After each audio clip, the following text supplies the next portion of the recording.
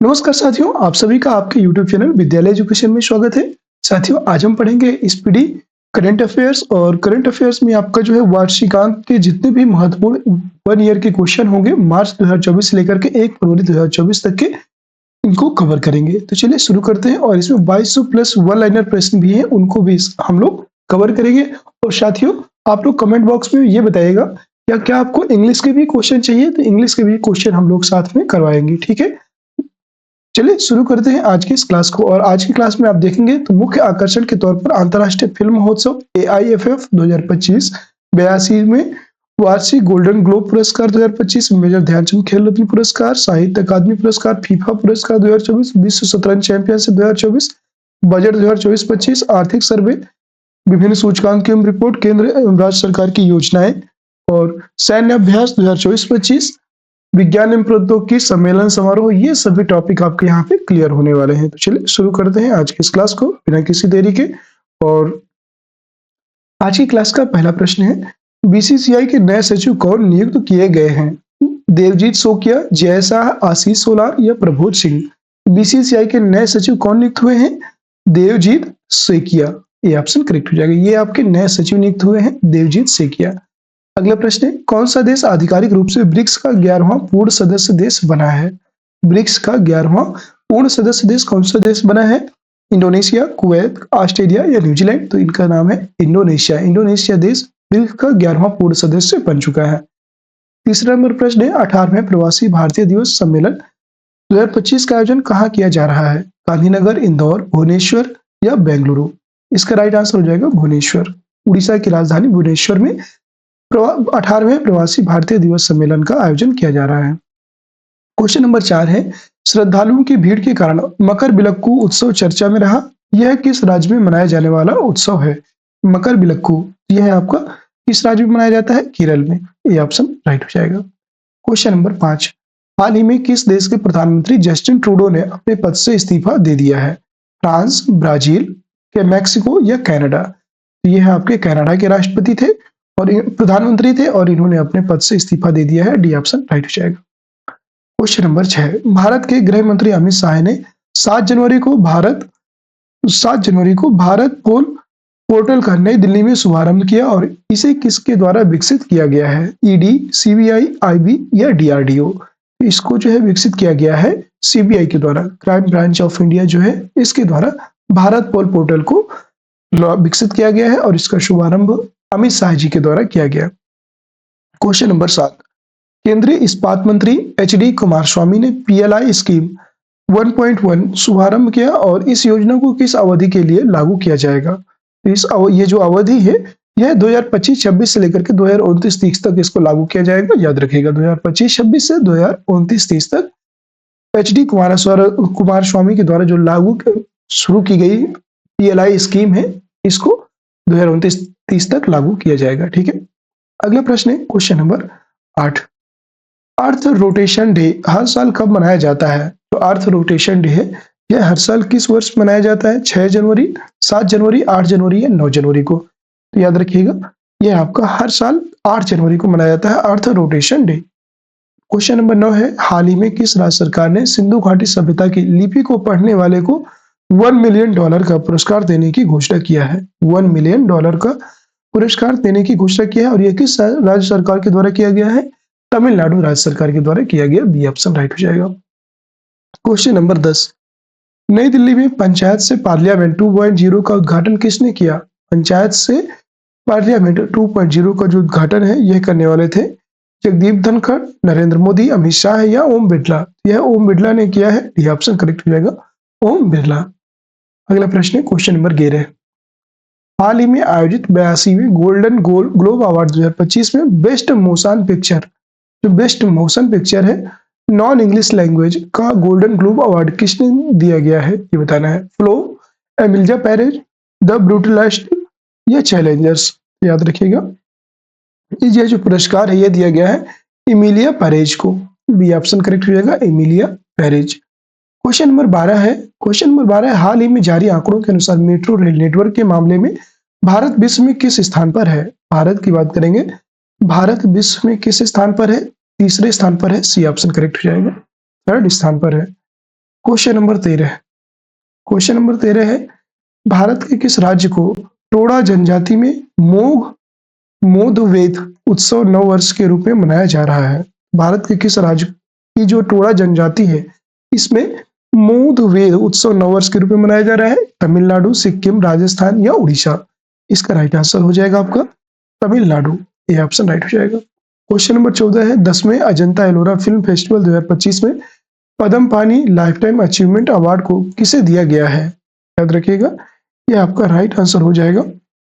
इनका नाम है साई परांजापे। सी ऑप्शन करेक्ट हो जाएगा।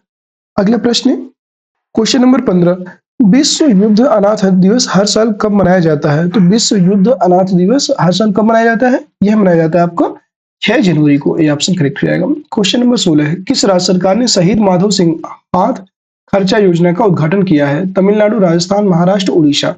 इसका राइट आंसर हो जाएगा उड़ीसा। अगला प्रश्न है क्वेश्चन नंबर 17 है, हाल ही में आयोजित बॉर्डर गावस्कर ट्रॉफी 2024-25 का खिताब ऑस्ट्रेलिया ने कितने मैचों से जीता है? तो ऑस्ट्रेलिया के द्वारा यह जीता गया है 3-1 से। याद रखिएगा, 3-1 मैचों से जीता गया है। अगला प्रश्न है क्वेश्चन नंबर 18, एचएमपीवी वायरस का पहला मामला कर्नाटक के बेंगलुरु में मिला है और एचएमपीवी वायरस का पूर्ण रूप क्या है? तो इसका पूर्ण रूप क्या है? Human meta panic virus, human meta body pneum virus, human meta pneumo virus या ह्यूमन मेटालॉजिकल स्पेसिफिक वायरस? याद रखिएगा, एचएमपीवी का जो पूर्ण रूप है यह है आपका human meta pneumo virus, HMPV. अगला प्रश्न क्वेश्चन नंबर 19, किस राज्य में भारत के पहले जैविक मत्स्य पालन क्लस्टर का शुभारंभ किया गया है? याद रखिएगा, अरुणाचल प्रदेश, सिक्किम, आंध्र प्रदेश या उड़ीसा? यह आपका सिक्किम में इसका उद्घाटन शुभारंभ किया गया। बी ऑप्शन राइट हो जाएगा। क्वेश्चन नंबर 20 है, एरो इंडिया 2025 का आयोजन कहाँ किया जाएगा? विशाखापट्टनम, दिल्ली, कोलकाता या बेंगलुरु? एरो इंडिया 2025 का जो आयोजन है यह बेंगलुरु में किया जाएगा। डी ऑप्शन राइट हो जाएगा। ठीक है, बेंगलुरु इसका राइट आंसर हो जाएगा। क्वेश्चन नंबर 21, हाल ही में वैज्ञानिक डॉक्टर राजगोपाला चिदम्बरम का निधन हुआ, उन्हें किस वर्ष पद्म विभूषण से सम्मानित किया गया था? ये बताना है, किस वर्ष पद्म विभूषण से सम्मानित किया गया? 1999, 1996, 1998 या 2006? याद रखिएगा, यह आपका 1999 में इन्हें पद्म विभूषण से सम्मानित किया गया है और इनका भी हाल ही में डॉक्टर राजगोपाला चिदम्बरम का निधन हो गया है। क्वेश्चन नंबर 22, हाल ही में जल्लीकट्टू उत्सव 2025 का आयोजन भारत के किस राज्य में किया जा रहा है? केरल, तमिलनाडु, कर्नाटक या आंध्र प्रदेश? जल्लीकट्टू ये कहाँ का आयोजन मतलब उत्सव है, त्योहार है? तो याद रखिएगा, जल्लीकट्टू यह आपका तमिलनाडु का उत्सव है और तमिलनाडु में यह आयोजित हो रहा है। क्वेश्चन नंबर 23, हाल ही में केंद्र सरकार ने संपत्तियों के ई नीलामी के लिए किस संशोधित पोर्टल को लॉन्च किया है? Bank net, bank setup, bank auction या बैंक सेटलमेंट? याद रखिएगा, केंद्र सरकार ने संपत्तियों के ई नीलामी के लिए किस संशोधित पोर्टल को लॉन्च किया? इंपॉर्टेंट प्रश्न है, आ सकता है एग्जाम में। बैंक नेट नाम से एक पोर्टल है जिसके द्वारा आप जो केंद्र सरकार के द्वारा नीलाम की गई संपत्ति है उसको आप खरीद सकते हैं। ठीक है। क्वेश्चन नंबर 24, भारत के प्रधानमंत्री ने हाल ही में दिल्ली में ग्रामीण भारत महोत्सव 2025 का उद्घाटन किया और इसकी थीम क्या है? ग्रामीण क्षेत्रों में सतत विकास और रोजगार सृजन, ग्रामीण क्षेत्रों में डिजिटल कनेक्टिविटी का विस्तार या कृषि और ग्रामीण उद्योगों में नवाचार को बढ़ावा देना, एक लचीले ग्रामीण भारत का निर्माण। यानी कि भारत के जो प्रधानमंत्री हैं इन्होंने दिल्ली में ग्रामीण भारत महोत्सव 2025 का उद्घाटन किया, ग्रामीण भारत महोत्सव, और इसकी थीम रखी थी इन्होंने एक लचीले ग्रामीण भारत का निर्माण। डी ऑप्शन करेक्ट हो जाएगा, एक लचीले ग्रामीण भारत का निर्माण। जो प्रश्न इंपॉर्टेंट है उसमें थोड़ा सा ज्यादा ध्यान दिया जाएगा। क्वेश्चन नंबर 25 है, ऑस्ट्रेलिया में आयोजित बीजीटी 2024-25 में भारत की ओर से सबसे तेज अर्धशतक लगाने वाले बल्लेबाज कौन है? शुभमन गिल, यशस्वी जायसवाल, ऋषभ पंत या नीतीश रेड्डी? सबसे तेज अर्धशतक लगाने वाले बल्लेबाज बन चुके हैं, आप सभी जानते हैं, और बहुत ही इंपॉर्टेंट प्रश्न है ये। इसका राइट आंसर हो जाएगा Rishabh Pant. C option correct हो जाएगा। क्वेश्चन नंबर 26, किसे वर्ष 2025 में directorate general of civil aviation DGCA के प्रमुख के रूप में नियुक्त किया गया है? अजय भल्ला, राजीव कुमार, फैज अहमद किदवई या Arun Goyal? Director general of civil aviation DGCA के रूप में नियुक्त हुए हैं और इनका नाम है Faiz Ahmed Kidwai. C option correct हो जाएगा। क्वेश्चन नंबर 27 है, भारत में आयोजित होने वाले खो खो वर्ल्ड कप 2025 में शुभंकर कौन घोषित किए गए हैं? विकास और तेजस, तेजस और तारा, विकास और तारा या राम और गीता? इसका राइट आंसर हो जाएगा आपका 27 का राइट आंसर हो जाएगा तेजस और तारा। बी ऑप्शन करेक्ट हो जाएगा, तेजस और तारा। अगला प्रश्न है क्वेश्चन नंबर 28। क्वेश्चन नंबर 28 है गुरु गोविंद सिंह की जयंती 2025 में कब मनाई जा रही है? मतलब 2025 में गुरु गोविंद सिंह की जयंती जो है कब मनाई जाएगी? यह मनाई जाएगी आपकी 6 जनवरी को। बी ऑप्शन करेक्ट हो जाएगा 6 जनवरी। अगला प्रश्न है क्वेश्चन नंबर 29। 29 नंबर प्रश्न है उड़ीसा कवि प्रतिभा सतपथी को हाल ही में किस पुरस्कार से सम्मानित किया गया है? ज्ञानपीठ पुरस्कार, साहित्य अकादमी पुरस्कार, गंगाधर राष्ट्रीय कविता पुरस्कार या सरस्वती पुरस्कार? याद रखिएगा, यह आपका राइट आंसर हो जाएगा गंगाधर राष्ट्रीय कविता पुरस्कार। सी ऑप्शन करेक्ट हो जाएगा। Question number 30। 30 नंबर प्रश्न है हाल ही में किस राज्य सरकार ने रायथू भरोसा योजना का विस्तार करते हुए किसानों को 7500 प्रति एकड़ प्रदान करने की 7500 रुपए प्रति एकड़ प्रदान करने की घोषणा की है? रायथू भरोसा योजना यह किस राज्य सरकार के द्वारा शुरू की गई? आंध्र प्रदेश, तेलंगाना, तमिलनाडु या केरल? इसका राइट आंसर हो जाएगा तेलंगाना। तेलंगाना राज्य सरकार के द्वारा इसको शुरू किया गया, बढ़ाया गया है। ठीक है। अगला प्रश्न है क्वेश्चन नंबर 31। भारत और नेपाल के मध्य सूर्य किरण सैन्य अभ्यास के कौन से संस्करण का आयोजन किया जा रहा है? ये इंपॉर्टेंट है। आप सभी को पता होगा कि भारत और नेपाल के मध्य कौन सा सैन्य अभ्यास होता है? सूर्य किरण। लेकिन आपको यह भी पता होना चाहिए कि कौन से संस्करण का आयोजन हुआ है अभी हाल ही में। यह अभी 18वें संस्करण का आयोजन किया जा रहा है। बी ऑप्शन करेक्ट हो जाएगा। Question number 32। भारत के किस राज्य में देश की पहली तटीय जलचर पक्षी जनगणना शुरू की गई है? तो गुजरात, केरल, आंध्र प्रदेश, तमिलनाडु। यह पहली तटीय जलचर पक्षी जनगणना शुरू की गई है और यह कहाँ पे शुरू की गई है? याद रखिएगा, यह गुजरात में शुरू की गई। ये ऑप्शन करेक्ट हो जाएगा। ठीक है साथियों। अगला प्रश्न है आपका क्वेश्चन नंबर 33। ग्रीन जीडीपी के लिए पारिस्थितिकी तंत्र का मूल्यांकन करने वाला देश का पहला राज्य कौन सा बना है? ग्रीन जीडीपी के लिए पारिस्थितिकी तंत्र का मूल्यांकन करने वाला पहला राज्य बन चुका है आपका। इसका नाम है गुजरात, तेलंगाना, उत्तराखंड या छत्तीसगढ़। तो ये छत्तीसगढ़ हो जाएगा। डी ऑप्शन करेक्ट हो जाएगा। अगला प्रश्न है 34। वस्त्र मंत्रालय की रिपोर्ट के अनुसार 2023 में भारत विश्व में वस्त्र और परिधान के निर्यात के मामले में कौन से स्थान पर रहा है? 2023 की रिपोर्ट आई है और इसमें बताना है। तो इसका राइट आंसर हो जाएगा आपका 2, 4, 6, 8 छठवें स्थान पर भारत रहा है विश्व में वस्त्र और परिधान के निर्यात के मामले में। अगला प्रश्न है 35 नंबर प्रश्न है भारत के प्रधानमंत्री नरेंद्र मोदी ने 3 जनवरी को रानी वेलु नाचियार की जयंती पर उन्हें श्रद्धांजलि दी और रानी वेलु नाचियार भारत के किस वर्तमान राज्य की रानी थी? सिक्किम, जम्मू और कश्मीर, उत्तर प्रदेश या तमिलनाडु? याद रखिएगा, वेलु नाचियार जो रानी वेलु नाचियार है यह है आपकी तमिलनाडु राज्य की, जो तमिलनाडु राज्य है इसके वर्तमान राज्य की राजधानी थी। याद रखिएगा, डी ऑप्शन करेक्ट हो जाएगा। अगला प्रश्न है 36। 31वें राष्ट्रीय बाल विज्ञान कांग्रेस का आयोजन कहाँ किया जा रहा है? 31 नंबर का राष्ट्रीय बाल विज्ञान कांग्रेस का जो आयोजन है नई दिल्ली, भोपाल, गांधीनगर या हैदराबाद? यह आपका इसको आयोजित किया जा रहा है भोपाल में। बी ऑप्शन राइट हो जाएगा। Question number 37। Kautik international film festival के 8वें संस्करण का आयोजन कहाँ किया जा रहा है? उत्तराखंड, गोवा, महाराष्ट्र, आंध्र प्रदेश? तो कौतिक इंटरनेशनल फिल्म फेस्टिवल का जो 8वां संस्करण है इसका आयोजन कहाँ किया जा रहा है? उत्तराखंड में। ये ऑप्शन करेक्ट हो जाएगा। Question number 38। भारतीय वायुसेना की पश्चिमी कमान का कार्यभार किसने संभाला है? जितेंद्र मिश्रा, पंकज सिन्हा, मनोज यादव, सुमित आनंद? याद रखेंगे, भारतीय वायुसेना की जो पश्चिमी कमान है इसका कार्यभार संभाला किसने है? यह संभाला है इन्होंने जितेंद्र मिश्रा ने। यह ऑप्शन करेक्ट हो जाएगा। अगला प्रश्न है क्वेश्चन नंबर 39। भोपाल गैस त्रासदी के 40 साल बाद यूनियन कार्बाइड के जहरीले कचरे का निपटान किया जा रहा है और भोपाल गैस कांड किस वर्ष हुआ था? 1980, 1984, 1986 या 1982? याद रखिएगा, यह दिसंबर 1984 में हुआ था। बी ऑप्शन करेक्ट हो जाएगा। ठीक है। अगला प्रश्न है क्वेश्चन नंबर 40। 4 जनवरी को किस दिन के रूप में मनाया जाता है? विश्व ब्रेल दिवस, विश्व युवा दिवस, विश्व कैंसर दिवस या विश्व टेलीफोन दिवस? 4 जनवरी की हम बात कर रहे हैं। इस दिन विश्व ब्रेल दिवस के रूप में मनाया जाता है। ये ऑप्शन करेक्ट हो जाएगा। ठीक है। अगला प्रश्न है क्वेश्चन नंबर 41। इनमें से किस खिलाड़ी को 2024 के लिए मेजर ध्यानचंद खेल रत्न पुरस्कार से सम्मानित नहीं किया गया है? ये बताना है, नहीं किया गया। याद रखिएगा। ठीक है।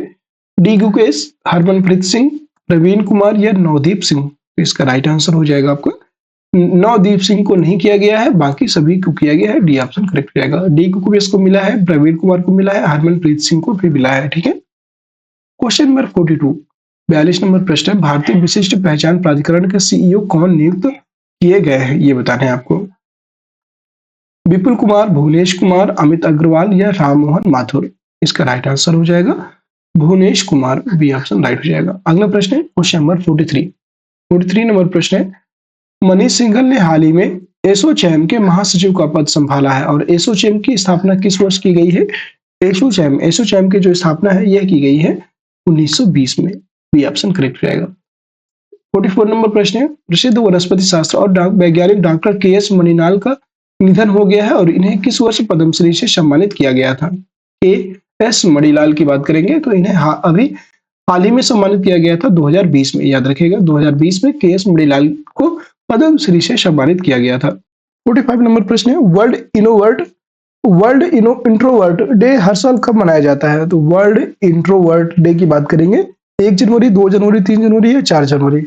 याद रखिएगा यह आपका मनाया जाता है 2 जनवरी को। बी ऑप्शन करेक्ट हो जाएगा।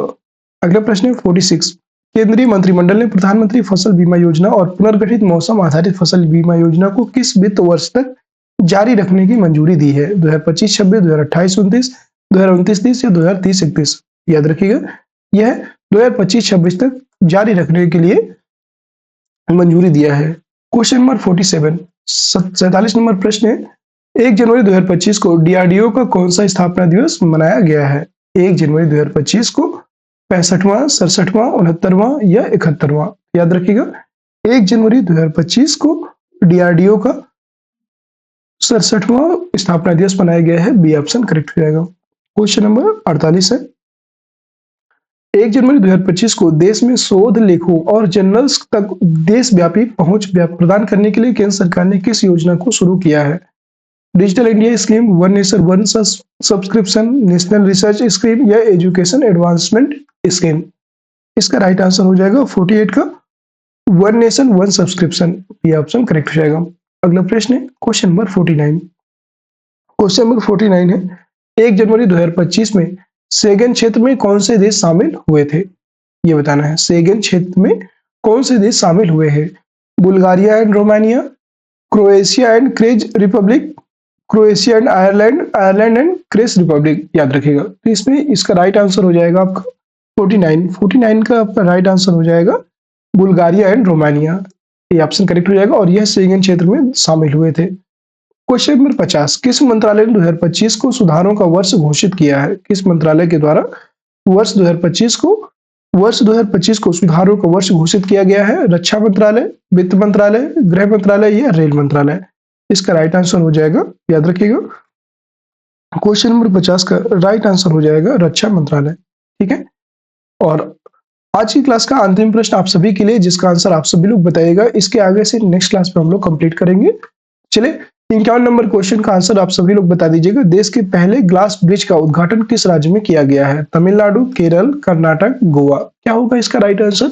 कमेंट बॉक्स में बताइएगा। और यहीं से हम कल की क्लास में नेक्स्ट क्लास में इसको शुरू करेंगे। ठीक है। इसमें लगभग आपके 750 प्रश्न है, जिसे हम पूरे प्रश्नों को हल करेंगे और इंग्लिश स्पीडी करंट अफेयर्स के क्वेश्चन भी आप लोगों को करवाएंगे। ठीक है। तो इंग्लिश स्पीडी के भी क्वेश्चन आप लोगों को मिलेंगे, याद रखिएगा। जैसे हम हिंदी कंप्लीट कर रहे हैं ऐसे ही इंग्लिश के भी क्वेश्चन आपको करवाए जाएंगे। और साथियों अगर क्लास पसंद आया हो और आपका कोई भी सुझाव हो, कोई भी किसी क्वेश्चन को लेकर के कोई भी आपकी जानकारी अधूरी हो तो आप बता सकते हैं। फिर मिलते हैं किसी नेक्स्ट क्लास में। तब तक के लिए जय हिंद, जय भारत। आप सभी का दिन शुभ।